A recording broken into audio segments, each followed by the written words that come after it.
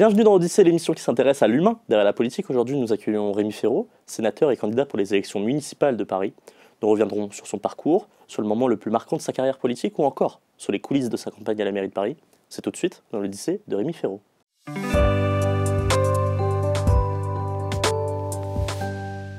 Bonjour Rémi Féraud. Bonjour. Merci d'avoir accepté notre invitation. Tu es donc sénateur, engagé depuis de nombreuses années dans la vie politique parisienne et candidat pour succéder à Anne Hidalgo. Mais ici, comme tu le sais, pas s'intéresser à ton programme, mais plutôt à l'humain derrière Rémi Féraud.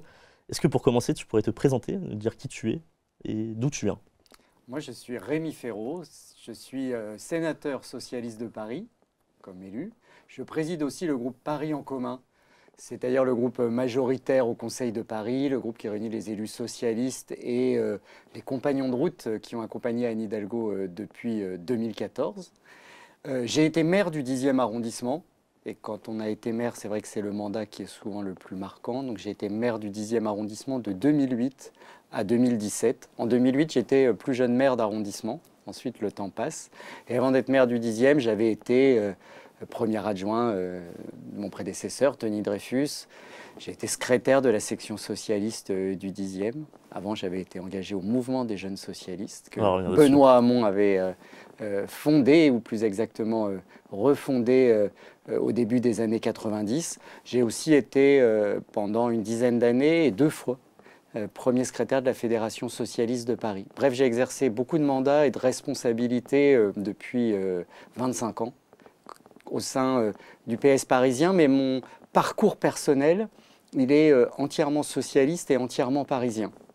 Depuis le jour où je me suis engagé, c'est-à-dire quand j'avais 22-23 ans, en 94. Et t'es né où du coup? Moi, je suis né à Versailles. Ok. Où mes parents vivaient. Et tes parents, ils font quoi? Ils vivent toujours. Maintenant, ils sont à la retraite depuis assez longtemps. Mais ma mère était prof d'histoire-géographie et mon père était ingénieur chimiste. Ils sont politisés? Ils n'étaient pas militants. Donc, ils sont de gauche. Mon père a adhéré bien plus tard, section socialiste chez lui, dans les Yvelines. Mais une fois à la retraite, bien après moi en fait. Okay. Mais il n'était pas ni militant ni élu, donc je ne me suis pas engagé au PS parce que mes parents y étaient déjà engagés auparavant, pas du tout. Et toi, tu étais quel genre d'enfant? Tu étais plutôt calme, curieux Calme, je suis resté calme. Curieux, oui. Perturbateur? Perturbateur, pas trop. Du tout. Un peu insolent. Un peu insolent. Voilà, quand j'étais au collège, j'avais... Ces heures de colle, en général, c'était pour insolence, pour avoir répondu et mal répondu. Mais j'étais plutôt calme et plutôt réservé. Bon élève? Bon élève, oui, sans être très très bon élève. Tu faisais quoi comme études? Moi, j'ai fait, après le bac, j'ai fait une prépa HEC à Versailles, au lycée Hoche. Et puis, j'ai intégré l'ESCP, l'École supérieure de commerce de Paris. C'est cette intégration qui m'a amené à Paris. Et tu voulais faire quoi plus tard du coup? J'en savais rien. J'en savais rien, mais par contre, je me suis rendu compte une fois à l'ESCP que même si c'est là que je me suis fait beaucoup d'amis, que j'ai rencontré mon compagnon, que nous sommes toujours ensemble aujourd'hui, aller travailler en entreprise, en finance, dans le marketing, management, ça réveillait, enfin, c'était pas la vie que j'avais envie d'avoir. Et donc, j'étais plus attiré par le service public. Et donc, à l'époque où les études étaient beaucoup moins professionnalisées qu'aujourd'hui et plus courtes. Je parle des écoles, il n'y avait qu'1 an de prépa HEC. L'école ne durait que 3 ans. Donc, j'ai préparé le concours de Sciences Po, où je suis entré en 2e année après le SCP. Ça correspondait davantage voilà, à ce que je voulais faire. Et à l'époque, c'était compatible. Tu voulais faire quoi plus tard? En fait, j'avais envie de faire de la politique. Tu voulais déjà faire de la politique? Oui, c'était ça ma passion, sans savoir que j'en ferais de manière, voilà, que ça prendrait toute ma vie. Et sinon, j'avais envie d'aller travailler dans le service public. J'avais envie de passer plutôt les concours administratifs. Mais tu n'étais pas encore engagé en politique à ce moment-là? Je me suis engagé une fois que j'étais étudiant à Sciences Po. Okay. C'est vrai qu'à Sciences Po, il y avait tous les partis étaient représentés. Donc ça donnait une possibilité de s'engager. Mais surtout, le déclencheur pour moi, ça a été les élections législatives de 93. Okay. L'échec de la gauche, enfin échec très fort, et ce qu'on disait à l'époque, que la gauche était morte. Ok. Voilà. Qu'elle ne renaîtrait pas. En fait, notamment grâce à Lionel Jospin, la gauche est assez vite revenue au pouvoir, a vite retrouvé la lumière dès les présidentielles de 95. Mais donc c'est pour ça que j'ai tapé à la porte du mouvement des jeunes socialistes qui se reconstituait en 94. Puis dans la section du 10e arrondissement, où une amie m'avait dit de venir. À l'époque, c'était parfois un peu difficile d'adhérer dans les sections socialistes quand on ne connaissait pas du monde. Ouais, il ne suffisait pas d'aller sur Internet, il fallait un peu être parrainé. Donc voilà ce qui m'a amené dans le 10e arrondissement il y a 30 ans. Pourquoi tu as rejoint les jeunes socialistes? Le mouvement des jeunes socialistes? D'abord parce qu'il était en train de se reconstituer, sa branche jeune. Ensuite parce que pour moi, c'est toujours... j'ai toujours considéré que c'était autour des socialistes que la gauche pouvait se donner de la force et la capacité d'arriver au pouvoir. Pour moi, j'ai jamais cherché autre chose que le Parti socialiste. Ce que font beaucoup de monde, ce que fait beaucoup de monde. À mon avis, c'est une erreur. D'ailleurs, dans tous les pays d'Europe où la gauche est au pouvoir, c'est toujours autour des socialistes ou des sociodémocrates ou des travaillistes. Il n'y a pas d'autres... c'est vraiment pour moi autour des socialistes. Pourquoi je suis resté aussi? Parce que dans ce cadre-là, un jour, un militant qui reconstituait un groupe du MJS dans le nord-est parisien m'a appelé parce que je devais être dans des fichiers de sympathisants. Et puis, on a constitué une équipe, comme aujourd'hui, je pense aux jeunes socialistes. Ouais, donc ils sont venus chercher, du coup. Tout à fait, parce que j'étais dans des fichiers de sympathisants. Et puis ensuite, parce que je suis allé dans le 10e. Et puis ensuite, la campagne de Lionel Jospin à la présidentielle de 95. Non, de 95. Et puis l'élection municipale de juin 95, où 6 arrondissements ont basculé à gauche. C'est les 2 campagnes que j'ai faites, absolument sans être candidat, ni avoir de responsabilité, mais qui m'ont donné vraiment envie de rester. Et après avoir été étudiant, j'ai fait mon service militaire dans l'armée de l'air. Puis j'ai un peu hésité sur ma voie pendant 1 an ou 2. Puis ensuite, j'ai trouvé un boulot, grâce d'ailleurs, dans le monde politique de collaborateur, dans une mairie en banlieue, la mairie de Montmagny. D'accord. J'étais chargé de communication. Puis ensuite au cabinet d'Alain Richard, qui était le ministre de la Défense de Lionel Jospin, pour la dernière année, un peu plus d'1 an, 2001-2002, jusqu'au 21 avril. Puis j'ai été le collaborateur parlementaire de Danielle Hoffmann-Rispal, qui en 2002 a été élue députée du 11e arrondissement. Je suis resté avec elle toute cette période de 2002 à 2007. Et après, je suis devenu maire du 10e arrondissement et je n'ai plus d'emploi salarié. Du coup, à 36 ans, tu deviens maire du 10e arrondissement. C'est plutôt jeune pour une telle responsabilité. Tu le disais tout à l'heure, tu étais le plus jeune maire d'arrondissement à Paris. Comment tu l'as vécu, ça? Moi, à partir du moment où je suis devenu premier adjoint, et avec le soutien d'ailleurs du maire dont j'étais le premier adjoint, Tony Dreyfus, mon ambition, mon rêve, c'était de devenir maire du 10e.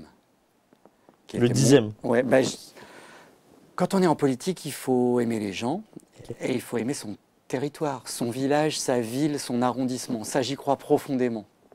Quand je vois beaucoup d'hommes, de femmes qui veulent faire de la politique, s'engager, mais sans aimer leur territoire, sans le connaître, sans avoir de passion, c'est toujours une approche de la politique qui me rend sceptique. Voilà. Moi, je suis toujours élu du 10e et quand je ne le serai plus, j'aimerais toujours autant le 10e. C'est chez moi. Ok. Tu ne te vois pas déménager? Non. Et je ne me vois pas m'engager ailleurs, sauf pour Paris, parce que, évidemment, il y a 17 arrondissements, secteurs, et c'est comme ça que se constitue la vie politique parisienne. C'est pour ça, d'ailleurs, que je suis vraiment très hostile à un changement de la loi électorale, parce que ça viendrait détruire une démocratie locale qui est très ancienne, et qui est très bénéfique à Paris et aux Parisiens, et qui fait que les arrondissements existent et existent vraiment, politiquement et aussi dans la vie de Paris et dans la vie des gens. Donc moi j'aimais vraiment, mon rêve c'était de devenir maire du 10e, je le suis devenu, et puis ensuite, comme aussi souvent quand on s'engage en politique, j'avais vraiment envie de devenir parlementaire, de passer un tour national. Donc voilà comment les choses se sont construites, mais rien n'est jamais si prévu d'avance. Et rien n'est jamais acquis, rien n'est impossible, et rien n'était écrit non plus.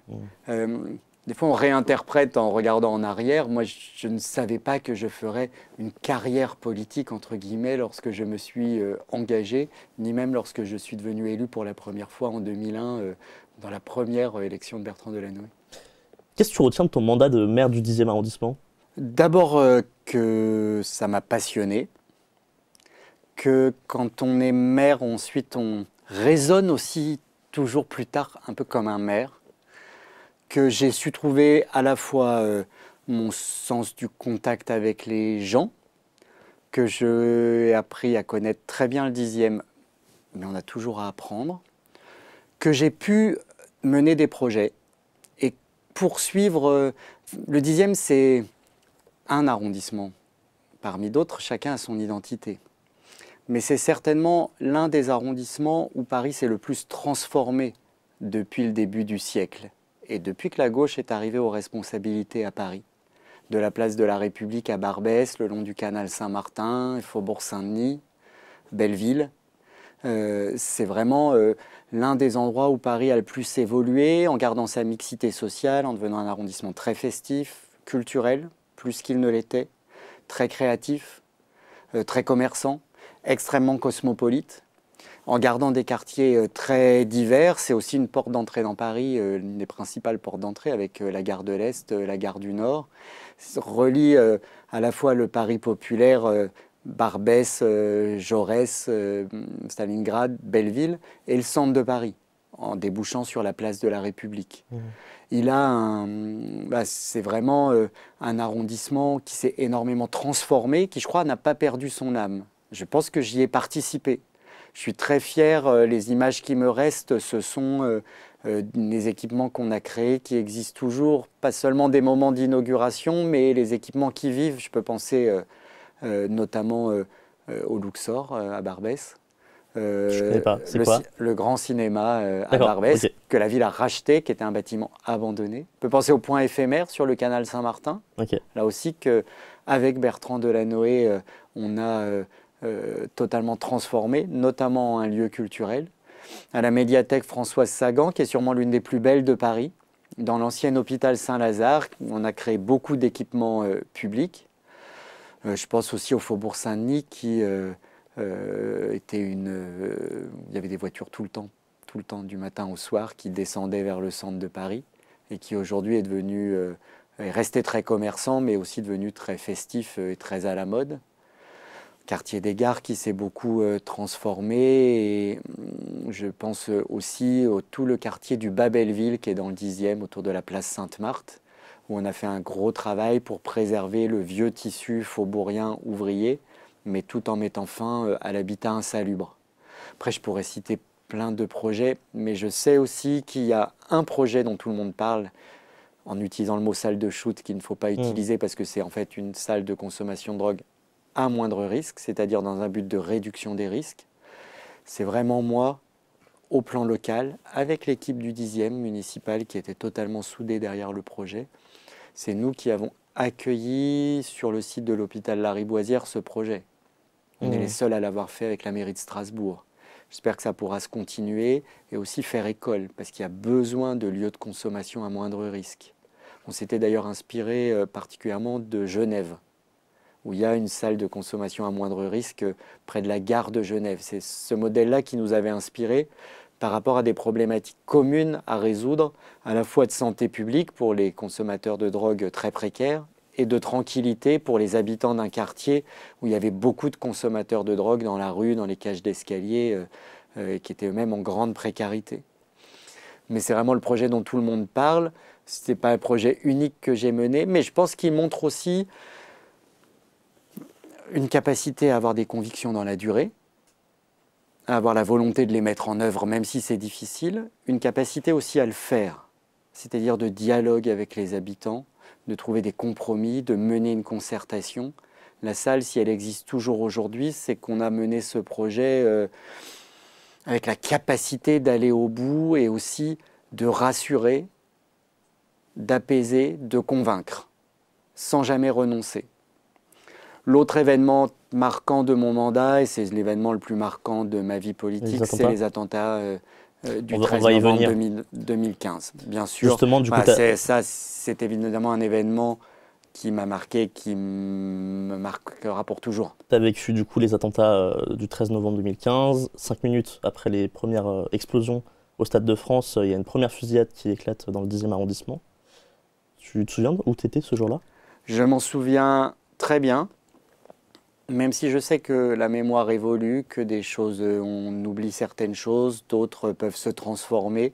Je participe d'ailleurs au travail qui est mené par l'INSERM autour de la mémoire des attentats, qui est un très grand travail scientifique où on interroge des milliers de personnes. Et je vois comment la mémoire évolue au fur et à mesure du temps, y compris la mienne.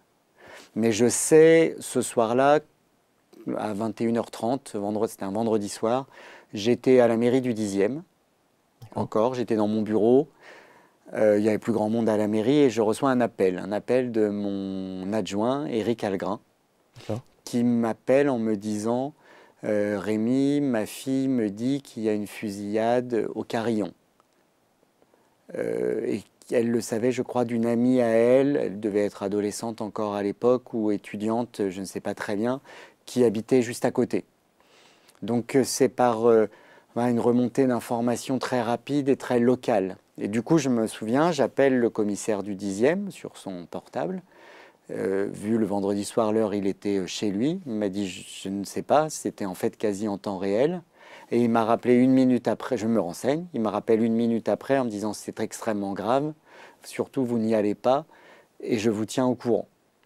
Et voilà, ensuite, je suis allé sur le site de T'as été sur le l'attentat lieu. du Carillon du Petit Cambodge, qui était l'un des 2 sites du 10e arrondissement. Oui, très tard dans la soirée, lorsque j'ai été autorisé à y aller. Mais entre-temps, j'étais rentré chez moi et j'habite rue Bichat. Juste à côté. Alors, juste à côté, dans la même rue, mais hors du périmètre de sécurité. Par exemple, on ne voit pas le Carillon. J'habite à 200 mètres par là. Mais en effet, dans le quartier concerné, dans la rue concernée. Oui. Et donc là, qu'est-ce qui se passe dans ce moment-là? Du coup, 21h30, tu reçois le premier appel. Tu appelles le commissaire, c'est ça que tu dis. Et ensuite, qu'est-ce que tu fais? Ensuite, le commissaire m'a prévenu qu'il y avait une fusillade, en effet, extrêmement grave. On ne savait pas que c'était terroriste à ce moment-là. Mais on l'avait en tête. D'autant que nous savions Les bombes au Stade de France? Non, mais qu'un attentat de masse était en préparation. Ah, vous étiez au courant de ça? Oui. D'ailleurs, c'était écrit dans les journaux. Le risque terroriste est à son maximum. Et nous avions eu l'information qu'un attentat de masse était en préparation. Mais, bien sûr, les services ne savaient ni où, ni quand, ni comment. Et donc, tout de suite, l'idée que ça pouvait être un attentat, notamment lorsque les fusillades ont commencé. Et je me rappelle avoir appelé Anne Hidalgo, qui avait échangé, les autorités de l'État, qui très vite on a su que c'était terroriste. Et elle-même, de chez elle, se tard ce vendredi soir, venant vers l'est de Paris, puisqu'elle habite le 15e, qui devait venir justement sur le site du Carillon et du Petit Cambodge. Mais tout d'un coup, on a su que c'était beaucoup plus grave encore dans le 11e arrondissement. Et donc, juste après, elle est allée directement dans le 11e. On a échangé par téléphone ce soir-là. Mais je dois dire que, alors que j'étais sur le site de l'attentat, pour vraiment comprendre ce qui se passait, mettre des mots dessus, les auteurs, etc., c'est lorsque j'ai vu sur mon téléphone en direct l'intervention de François Hollande à la télé que tous les Français ont vu. Mes chers compatriotes, au moment où je m'exprime, des attaques terroristes d'une ampleur sans précédent sont en cours dans l'agglomération parisienne. Il y a plusieurs dizaines de tués. Il y a beaucoup de blessés. C'est une horreur. Disons que c'était Daesh qui avait commis les attentats et qui décrétait l'état d'urgence. À ce moment-là, nous ne savions pas exactement ce qui allait se passer. Il y avait beaucoup d'incertitudes sur l'ampleur de l'attentat, s'il allait y avoir d'autres fusillades, bombes, etc. Il faut remettre les choses dans le contexte. Il y avait beaucoup d'incertitudes dans cette nuit-là à Paris. Et aussi, il faut le dire, beaucoup de solidarité, beaucoup de sens civique. C'est quand même une ville qu'on dit très individualiste et qui ce soir-là a montré voilà, une capacité d'unité et de réaction extrêmement forte, qui moi m'a énormément marqué, comme les mois qui ont suivi, de résilience, qui a été, je pense, une résilience d'extrêmement grande qualité, et pas seulement des élus, mais de toute la ville, et notamment de nos quartiers du 10e et du 11e. Comment tu as géré cette période, toi? En tant que maire, du coup, j'imagine qu'on attend quelque chose, mais sur le plan personnel. Sur le plan personnel, à la fois comme habitant du quartier directement concerné, mais en responsabilité comme maire, en fait, on fait face parce qu'on a sa tâche à accomplir. Donc je pense que j'ai été extrêmement présent dans le quartier en faisant, en étant auprès des habitants, des commerçants, en organisant en mairie l'accueil, notamment de tous les habitants qui avaient besoin d'informations, de réassurance, de consulter la cellule psychologique. J'ai moi-même consulté à un moment la cellule psychologique, qui en mettant d'ailleurs des mots sur ce que je ressentais m'ont aidé à passer le cap. Voilà. Mais je me souviens d'une période extrêmement intense où il fallait être extrêmement présent auprès des habitants et des commerçants et de l'ensemble des responsables. Il y avait beaucoup de réunions pour organiser la sécurité, parce qu'il fallait se mettre en situation au cas où de nouveaux attentats devraient intervenir.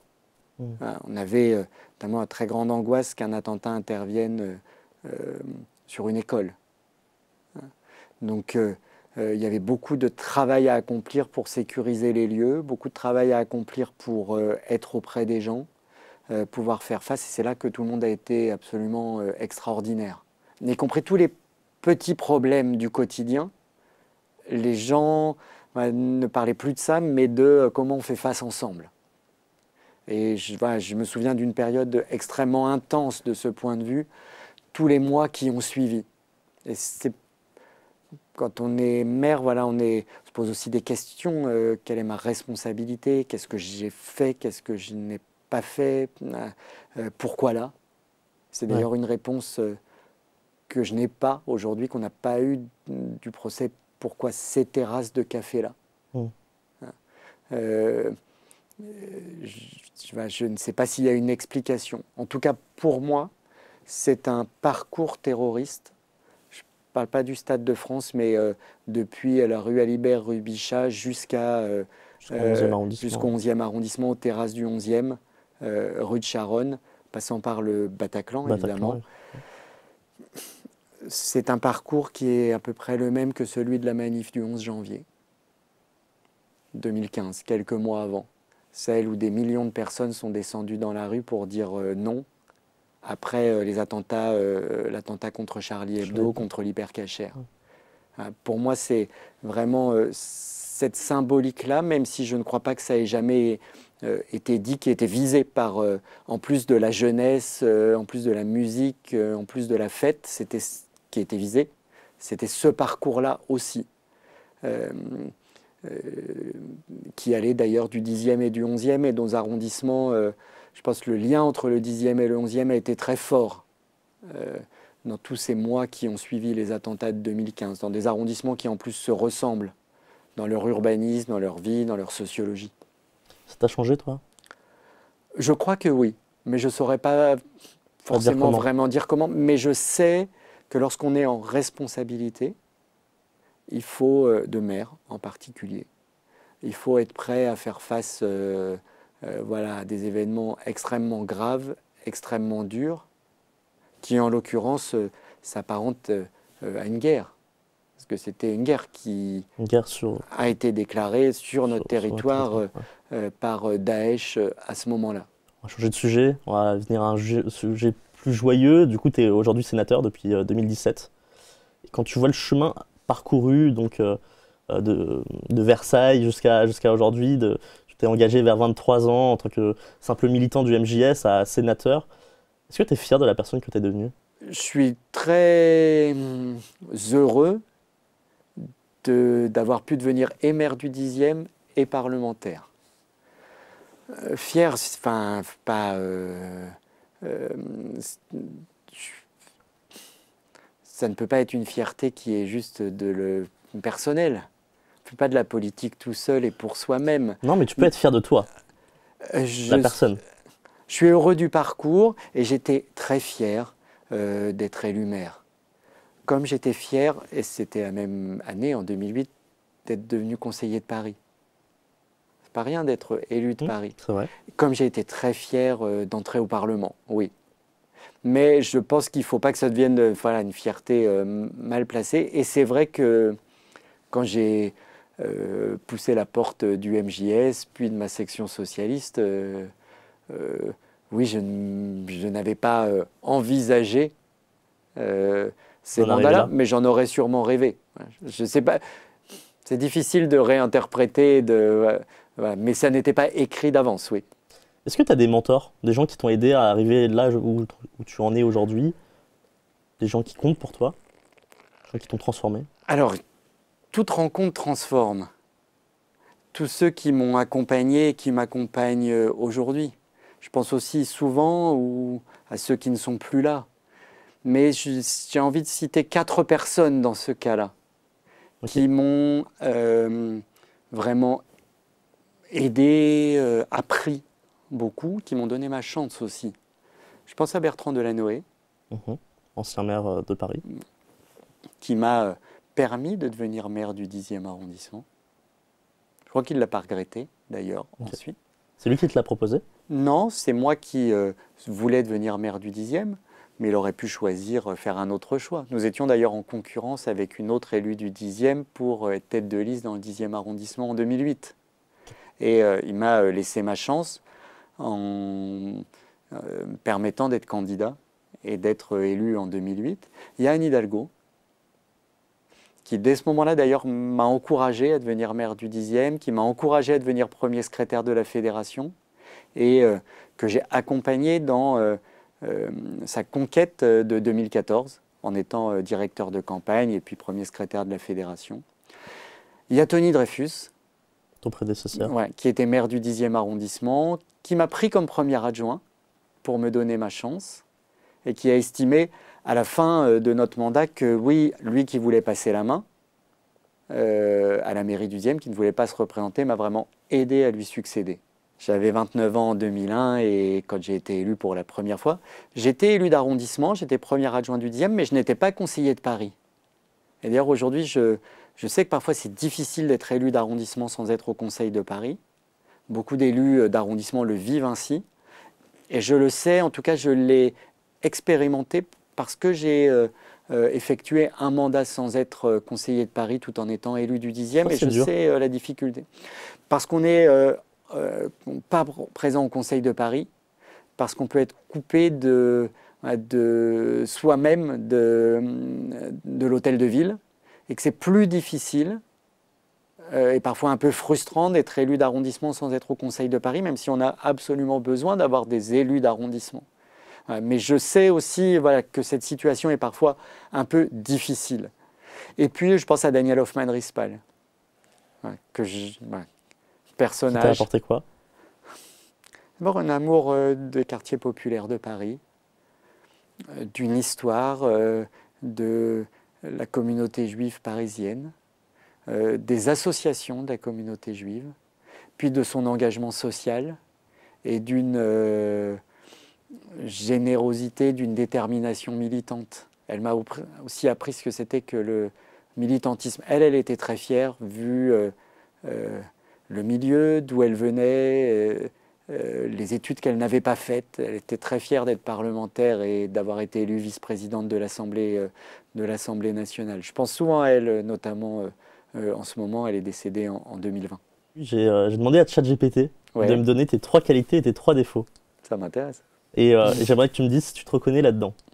Il m'a dit que tu étais loyal, compétent, posé, mais que tu étais un peu discret à l'excès, peu clivant. Je ne sais pas si c'est vraiment un défaut, mais il m'a dit peu clivant et trop institutionnel. Est-ce que tu te reconnais là-dedans? Sur le dernier point, pas trop. Enfin, forcément, quand on est maire, puis parlementaire et président de groupe au Conseil de Paris, oui, je ne sais pas s'il y a trop, mais voilà. Sinon, oui, assez. Ouais, Ça loyal, résume, compétent, voilà, posé. ça résume pas, mais euh, oui, c'est pas faux. Tu es donc candidat à la mairie de Paris. Pourquoi tu veux être maire de Paris? Parce que c'est chez moi et que j'adore cette ville, parce que j'ai une expérience et parce que je pense que Paris doit rester à gauche et que je suis, et avec un maire socialiste, et que je pense que je suis le mieux à même de le faire aujourd'hui. Sinon, je n'aurais pas été candidat. Donc tu es en pré-campagne actuellement au Parti Socialiste. Comment tu vis cette campagne? Très bien. Très bien. Justement, pour être moins discret, Ouais, se faire connaître, rassembler autour de soi. Je découvre beaucoup de militants que je ne connaissais pas. Je suis accompagné par beaucoup d'élus et de militants dont le soutien pour moi est déterminant. Je n'aurais pas été candidat tout seul. C'est justement parce que ce rassemblement s'est fait que ma candidature me paraît la meilleure aujourd'hui pour les socialistes. Mais alors je vis vraiment cette campagne de manière très heureuse. Il y a parfois des jours qui sont un peu plus difficiles que d'autres, bien sûr. Mais je suis... ouais, je regrette pas de m'être lancé. génial. Et du coup, ça te fait des longues journées, j'imagine. Tu es sénateur à côté, tu es conseiller de Paris, tu es du coup maintenant candidat à la mairie de Paris. Comment tu fais pour vivre cette vie à 1000 à l'heure Comment tu répartis ton temps? Alors moi, je pense que je suis assez bien organisé. Je pense que je suis bien entouré. Et qu'ensuite, il faut en effet maîtriser son temps. Euh, le, le Parlement, d'abord, travaille moins qu'avant. Ça, D'accord. c'est pas moi. L'instabilité gouvernementale, c'est aussi un Parlement qui travaille moins. Mais moi, je ne néglige pas du tout le travail que j'ai à faire au Sénat, à la Commission des finances en particulier. Le mardi et le mercredi, c'est beaucoup plus le Sénat. Le jeudi, le vendredi, c'est plus de rencontres et de déplacements de terrain. Le lundi, c'est une journée pour beaucoup préparer la semaine. Le week-end, il y a beaucoup de rencontres aussi sur le terrain et puis le soir, des réunions. Ce qui est parfois dur, c'est la fatigue quand on a une réunion, une rencontre, un engagement tous les soirs. Mais voilà, il ne faut pas se coucher trop tard après, avoir une vie voilà, saine et bien organisée. Il ne faut pas vouloir, pendant ces moments de campagne, même de pré-campagne, vouloir avoir trop de sorties et de vie personnelle à côté. Mais j'essaie quand même d'aller au cinéma, au théâtre de temps en temps, de dîner avec des amis. Il faut quand même garder un Tu peu t'accordes des de... moments pour toi. Oui, oui, quand même. On n'est pas des robots. C'est important. On n'est pas... C'est pas possible. Mais tu as l'air de ne pas avoir trop de pression. Comment tu gères la pression au quotidien? T'en as pas? Si, mais ça va avec calme. Ouais. Parfois, je m'énerve et personne ne s'en rend compte, à part ceux qui sont très proches. Il faut aussi être disponible pour les autres. Si on est tout le temps stressé et de mauvaise humeur, ça ne peut pas marcher. Mais toi, t'es pas stressé? Si, ça arrive. Pas Ça ce arrive. matin, pas pendant notre interview. Est-ce que tu as déjà eu des moments de déprime en politique? Des moments de découragement, des moments où tu te demandais pourquoi, à quoi bon faire tout ça? Je me rappelle le soir de l'élimination de Lionel Jospin En 2002. en 2002. Pour le coup, j'avais 30 ans, j'étais secrétaire de section, j'étais élu, j'étais premier adjoint dans le 10e. Oui, on voit un peu un monde s'écrouler. C'était la première fois. Donc oui, bien sûr, c'est quand même souvent les soirs de défaite. Voilà. Je pense à 2017 et une forme d'effondrement du Parti socialiste. Mais je me suis toujours dit, il faut garder la vieille maison. J'ai jamais eu de tentation macroniste. Je ne crois pas qu'on puisse mélanger la droite et la gauche. Ça donne d'abord que de la droite, la preuve, et en termes de politique, et ça fait monter les extrêmes. Moi, je crois à l'affrontement entre la droite et la gauche. Pas sectaire, mais justement, je pense que c'est absolument indispensable à la démocratie. Mais en 2017, oui, un peu de découragement, mais je me suis dit toujours, il faut garder la vieille maison. D'autres l'ont fait, notamment en 1920. Et ça me paraissait indispensable, y compris pour transmettre à la génération suivante. Et puis, cette même année, en réalité, j'ai aussi été élu sénateur. Donc, je n'ai jamais eu de découragement qui soit définitif. Et les moments de déprime, comment tu fais pour les surmonter? Je ne crois pas avoir d'être d'un caractère particulièrement déprimé. Mais c'est humain. Mais c'est humain, on peut avoir des moments où on est moins en forme que d'autres. Là, mais ce n'était pas lié à la politique. Voilà. Okay. Je pense que ces moments de déprime ou on est moins en forme, on les gère chacun comme on peut. Hein. Et tu sais demander de l'aide, toi?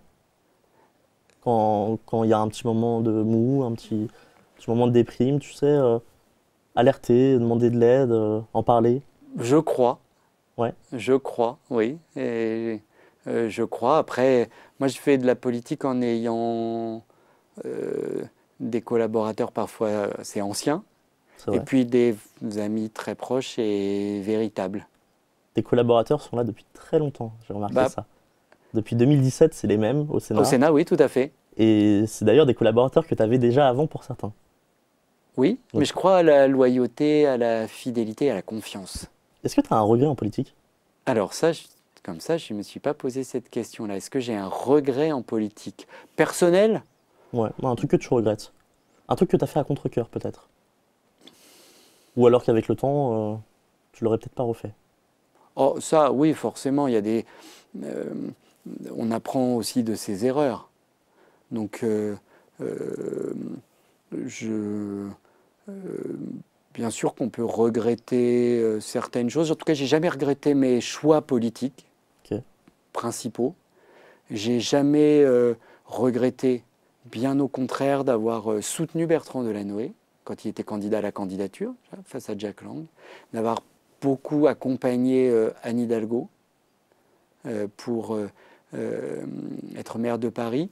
J'ai pas de grands regrets comme ça. Puis ensuite, on regrette d'avoir été négligent avec telle personne, de ne pas avoir su envoyer tel geste, d'avoir géré tel dossier comme ça, alors que ça aurait peut-être été plus efficace autrement. Mais je n'ai pas de grands regrets. J'ai connu un échec au Sénat en n'étant pas désigné par les socialistes pour être président de la commission des finances. C'était mon premier vrai échec en politique personnelle. Et les échecs font aussi du bien, il faut savoir rebondir. Et c'est quoi ta plus grande réussite? Ma plus grande réussite, pour l'instant, celle dont tout le monde va parler sur un dossier, ça va être la salle de consommation à moindre risque, parce que c'est un projet qui n'est pas intervenu ailleurs.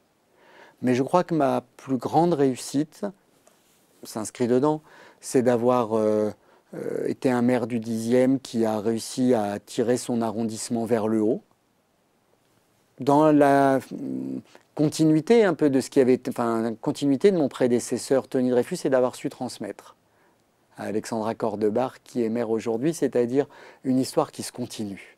Et ça, j'en suis très heureux. Si je suis fier de quelque chose, c'est peut-être de cela le plus.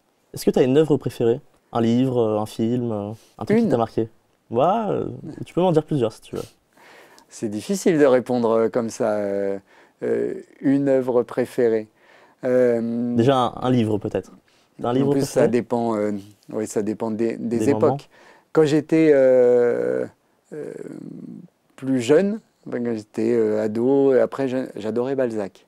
Ok. C'est aussi une façon d'aimer Paris. Ouais. On parle beaucoup de Paris. Un livre en particulier? Les Employés. Les Employés de Balzac. Ok. Et un film? Il y a beaucoup de films qui ont marqué. Je suis incapable comme ça de citer un titre. Je trouve que c'est tellement réducteur. Peut-être. Mais j'adore aller au cinéma. Et alors je citais un film, c'est le dernier que j'ai vu. C'était ce week-end, enfin avant-hier. Il était formidable. Little Jaffna. Ok. Et ça parle du 10e en plus. Ok, donc il faut aller le voir. Ah oui, oui, par ailleurs, les critiques sont excellentes, mais c'est vrai. Ça vaut vraiment le coup d'aller le voir. Si tu pouvais parler au Rémi Féraud de 18 ans, tu lui dirais quoi? Si tu as un conseil à lui donner? À 18 ans, je crois que j'étais pas très inquiet. C'est un peu plus tard, quand on doit rentrer dans la vie active, qu'on se demande ce qu'on va faire. Donc de pas s'inquiéter. Voilà. Mais ouais, je lui dirais, tu vois, le chemin, Chemin parcouru. oui, le chemin accompli. Donc je lui dirais de ne pas trop s'inquiéter. À chaque fin d'émission, on propose à l'invité d'aborder un sujet, celui qui veut. On n'a pas encore abordé, idéalement pas trop politique, ou en tout cas pas trop partisan. Est-ce qu'il y a un sujet que tu voudrais aborder? Il y a un engagement qui, pour moi, a été très important ces dernières années, où je pense que j'ai fait bouger les choses, notamment au Sénat, c'est l'engagement pour les Kurdes. Ok. Qui est Ouais. une communauté que j'ai rencontrée quand j'étais maire du 10e arrondissement, parce qu'elle est très implantée dans le 10e, notamment ces associations. Ce sont les Kurdes qui se battent au Moyen-Orient pour leur liberté, mais aussi pour la nôtre, qui ont combattu Daesh à nos côtés, ou nous à leurs côtés. Qui détiennent des prisons actuellement. Qui détiennent toujours des djihadistes dans leurs prisons dans le nord-est syrien, qui n'ont jamais eu un État, contrairement à ce qui avait été prévu après la Première Guerre mondiale, qui subissent beaucoup de répression depuis des décennies et même des siècles. Aujourd'hui en Turquie, en Iran, en Syrie et en Irak. En Irak, ils ont réussi à conquérir une région autonome, mais qui reste fragile. Et en Syrie, l'avenir de la Syrie ne pourra se faire bien que si c'est un pays qui respecte ses différentes composantes, si c'est un pays suffisamment décentralisé. C'est un des enjeux aujourd'hui. Et porter le combat des Kurdes, y compris au Sénat, dans la vie politique française, pour que jamais on ne les abandonne, pour que ce lien se renforce. C'est aussi un peuple qui partage beaucoup de valeurs avec nous, de valeurs autour des droits humains, de la défense des droits humains, de la laïcité, de l'égalité femmes-hommes. Et donc, si j'ai envie de parler d'un sujet, j'ai envie de parler des Kurdes, parce que quand on partage le combat des Kurdes, on ne se trompe jamais. Et qu'est-ce qu'on peut te souhaiter pour la suite? On peut me souhaiter d'être investi par le Parti socialiste et de conduire la gauche à la victoire l'année prochaine. Je sais que c'est difficile. Merci Rémi Féraud. Merci. Merci d'avoir regardé l'Odyssée de Rémi Féraud. Si l'émission vous a plu, n'hésitez pas à vous abonner, à liker et à commenter la vidéo. Merci également aux donateurs qui permettent de produire cette émission. À très vite pour une prochaine Odyssée.